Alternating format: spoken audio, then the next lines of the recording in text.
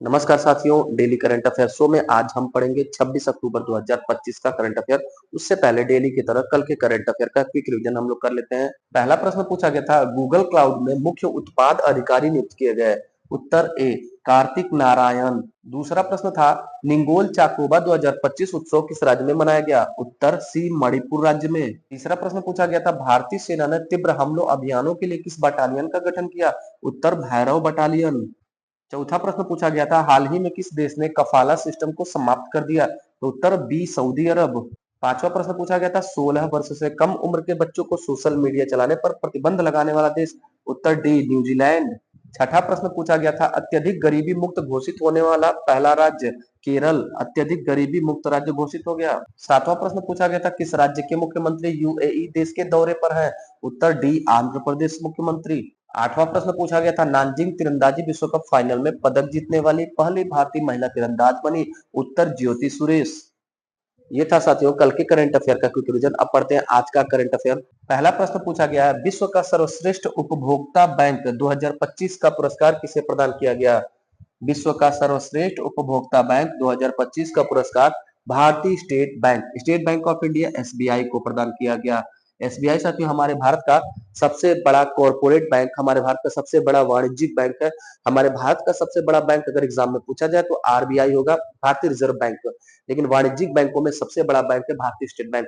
उसी भारतीय state bank को विश्व का सर्वश्रेष्ठ उपभोक्ता बैंक 2025 का पुरस्कार प्रदान किया गया है। डिटेल देखिएगा, ग्लोबल फाइनेंस द्वारा विश्व का सर्वश्रेष्ठ उपभोक्ता बैंक भारतीय स्टेट बैंक को घोषित किया। साथ ही साथ भारत का सर्वश्रेष्ठ बैंक भी, भारत का सर्वश्रेष्ठ बैंक और विश्व का सर्वश्रेष्ठ उपभोक्ता बैंक हमारे भारत का भारतीय स्टेट बैंक। भारतीय स्टेट बैंक का स्टैटिक जीके देखिएगा, इसकी स्थापना 1 जुलाई 1955 ईस्वी को हुआ था और तभी इसका राष्ट्रीयकरण भी हो गया था। राष्ट्रीयकरण और स्थापना एक ही है। इसका पुराना नाम साथियों इंपीरियल बैंक ऑफ इंडिया था। वर्तमान में एसबीआई के चेयरमैन है, अध्यक्ष है चल्ला श्रीनिवास सेठी जी, चल्ला श्रीनिवास सेठी। पुराना नाम भारतीय स्टेट बैंक के हमारे क्या था, इंपीरियल बैंक ऑफ इंडिया।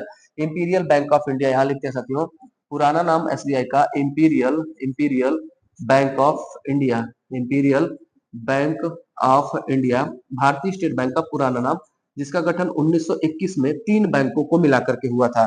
यहाँ क्या लिखा गया है देखिएगा, इंपीरियल बैंक ऑफ मद्रास नहीं होगा, imperial bank of India. Imperial bank of India का गठन 1921 में हुआ था 3 बैंकों को मिलाकर, bank of Madras, bank of Bengal और बैंक ऑफ बॉम्बे। तीनों प्रेसिडेंसी जो हमारे भारत में अंग्रेजों के जमाने में 3 प्रेसिडेंसी थी, यहाँ पर बंगाल प्रेसिडेंसी, मद्रास प्रेसिडेंसी और बम्बई प्रेसिडेंसी। इन तीनों प्रेसिडेंसी के नाम से bank of Madras, bank of Bengal और बैंक ऑफ बॉम्बे 3 बैंक था। इन तीनों बैंकों को मर्ज करके 1921 में इंपीरियल बैंक ऑफ इंडिया का स्थापना किया गया। वही इंपीरियल बैंक 1 जुलाई 1955 को भारतीय स्टेट बैंक बना और इसका राष्ट्रीयकरण भी कर दिया गया। दूसरा प्रश्न पूछा गया है, आईटीबीपी की स्थापना दिवस प्रत्येक वर्ष मनाया जाता है। उत्तर 24 अक्टूबर को। 24 अक्टूबर को हर साल हमारे देश में भारतीय तिब्बत सीमा बल का स्थापना दिवस मनाया जाता है 24 अक्टूबर। भारत तिब्बत सीमा पुलिस आईटीबीपी का गठन 24 अक्टूबर 1962 ईस्वी को हुआ था। 1962 वही वर्ष साथियों जब भारत चाइना युद्ध हुआ था। भारत चाइना युद्ध नहीं कहा जाता, इसको कहा जाता है बाह्य आक्रमण। 1962 में चाइना ने हमारे देश पर अटैक कर दिया था।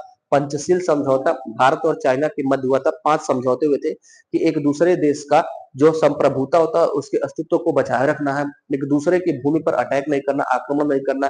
लेकिन चाइना ने धोखे से 1962 में हमारे भारत पर अटैक कर दिया, इसलिए एक फोर्स का, पैरामिलिट्री फोर्स का गठन 1962 में होता है आईटीबीपी।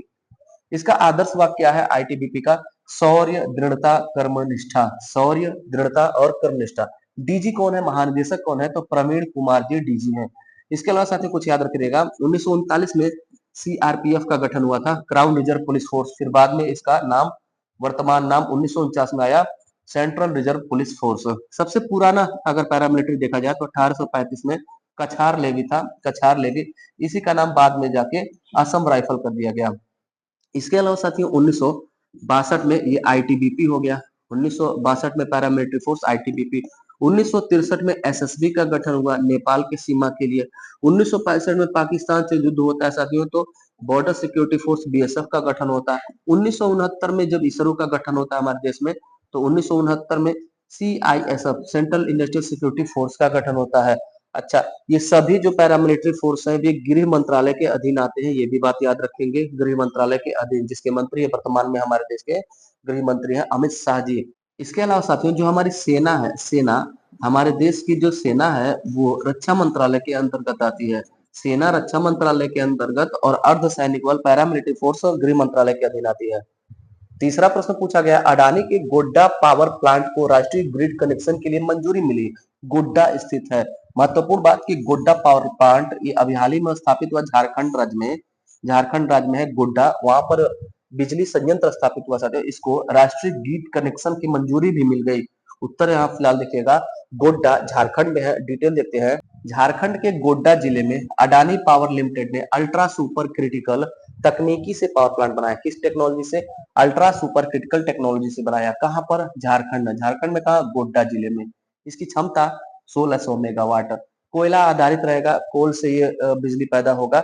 बांग्लादेश को बिजली निर्यात किया जाएगा, ये याद रखिएगा। बांग्लादेश को बिजली बेचने के लिए, निर्यात करने के लिए कहां पर पावर प्लांट स्थापित किया गया है? तो गोड्डा झारखंड में। साथ ही साथ साथियों हमारे भारत में भी बिजली इससे प्रदान किया जाएगा। चौथा प्रश्न पूछा गया, किस देश को एंटी डोपिंग पर कोप 10 ब्यूरो का उपाध्यक्ष पुनः चुना गया? उत्तर हमारा भारत। डी उत्तर होगा हमारा भारत। भारत को एंटी डोपिंग एजेंसी जो है उस पर कोप 10 ब्यूरो जो था उसका उपाध्यक्ष फिर से चुन लिया गया। इसका अध्यक्ष अगर देखा जाए तो अजरबैजान देश है, अजरबैजान जिसकी राजधानी बाकू है। उपाध्यक्ष हमारा भारत पुनः से चुन लिया गया। International convention against doping in sport, doping होता है स्पोर्ट्स में, इंटरनेशनल स्पोर्ट्स में डोपिंग होता है, उसी के लिए अंतरराष्ट्रीय समझौता है international convention against doping in sport. इसी के अंतर्गत कोप 10 ब्यूरो में 190 से अधिक देशों ने भाग लिया था, वहीं पर यह डिक्लेयर किया गया साथियों। हाल ही में इसका 10वां कॉन्फ्रेंस भी हुआ। कहां पर हुआ? फ्रांस की पेरिस में इसका 10वां कॉन्फ्रेंस हुआ, वहीं पर डिक्लेयर किया गया कि भारत हमारा उपाध्यक्ष पुनः से बन रहा है। पांचवा प्रश्न पूछा गया है, केरल का पहला अंडर वाटर टनल अरब सागर में किसे जोड़ेगा? पहली बात याद रखिएगा एग्जाम की दृष्टि से कि हमारे भारत के केरल में अक्टूबर 2025 में एक अंडर वाटर, समुद्र के अंदर टनल बना है। पहला अंडर वाटर टनल अरब सागर में कहां बना है? तो केरल में। पूर्व में भी कोलकाता में था, लेकिन केरल में अभी हाल ही में बना है। कहां से कहां जोड़ा जाएगा? अगर कोई भी रेल उद्घाटन होता है, सेमी बुलेट ट्रेन चलता है या कोई स्पेशल जहाज अगर चलता है तो कहां से कहां चलता है, ये हमारे एग्जाम में पूछा जाता है। तो ये उत्तर होगा बैपिन से फोर्ट कोच्चि। केरल में बैपिन से फोर्ट कोच्चि को ये जोड़ेगा। केरल का पहला अंडर वाटर टनल कहां पर बना है? अरब सागर में। ये तस्वीर देख सकते हैं, लेकिन ये एआई वाला तस्वीर है साथियों, एआई जनरेटेड तस्वीर है। इसकी लंबाई इसकी लंबाई 2.75 किलोमीटर रहेगी।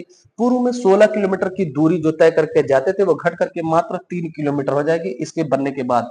लेकिन भारत का पहला अंडर वाटर टनल अगर पूछा जाए आपसे, तो भारत का पहला under water tunnel Kolkata metro rail Bharat का पहला अंडर वाटर टनल है।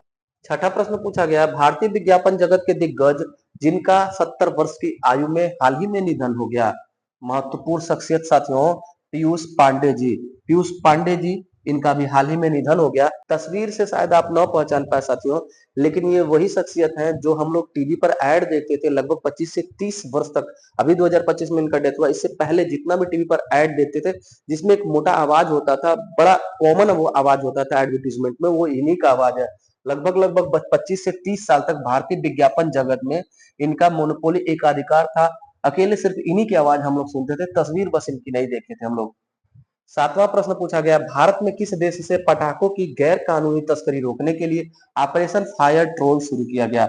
ऑपरेशन फायर ट्रोल का संबंध चीन के पटाखों को प्रतिबंधित करने के लिए था। दीपावली के अवसर पर, हमारे दीपावली के महापर्व के अवसर पर पटाखों की गैर कानूनी तस्करी, जो चाइना से पटाखे आएंगे, चाइना से गैर कानूनी जो पटाखे आएंगे जिससे हमारा वायु प्रदूषण होगा, हमारे देश को नुकसान होगा, उसको प्रतिबंधित करने के लिए ऑपरेशन फायर ट्रोल शुरू किया गया। ऑपरेशन फायर ट्रोल चीन से पटाखों की गैर कानूनी तस्करी को रोकने के लिए। आठवां प्रश्न पूछा गया है, वी राइज पहल का संबंध है? उत्तर होगा नीति आयोग से। नीति आयोग ने अभी हाल ही में महिला सशक्तिकरण के लिए वी राइज पहल इनिशिएटिव का शुरुआत किया। क्या है? डीपी वर्ल्ड संस्थान और महिला उद्यमिता मंच नीति आयोग द्वारा मिल करके महिला उद्यमिता या वुमेन इंटरप्रेन्योरशिप को बढ़ावा देने के लिए अभी हाल ही में शुरू किया गया वी राइज इनिशिएटिव। ये था साथियों आज का महत्वपूर्ण करंट अफेयर। कैसा लगा आज का क्लास? फीडबैक जरूर दीजिएगा। और हाँ, अपने चैनल पर फ्री कोर्स चल रहा है गर्व सीरीज नाम से, उसको ज्वाइन करिए। और करंट अफेयर डेली 2 जुलाई से आज तक अनवरत रूप से मिलता है। संडे मंडे हर दिन मिलता है। डेली अपने करंट अफेयर को पढ़िए, ज्ञान बढ़ाइए। बाकी मिलते हैं फिर अगली क्लास में, तब तक के लिए बहुत बहुत धन्यवाद। जय हिंद।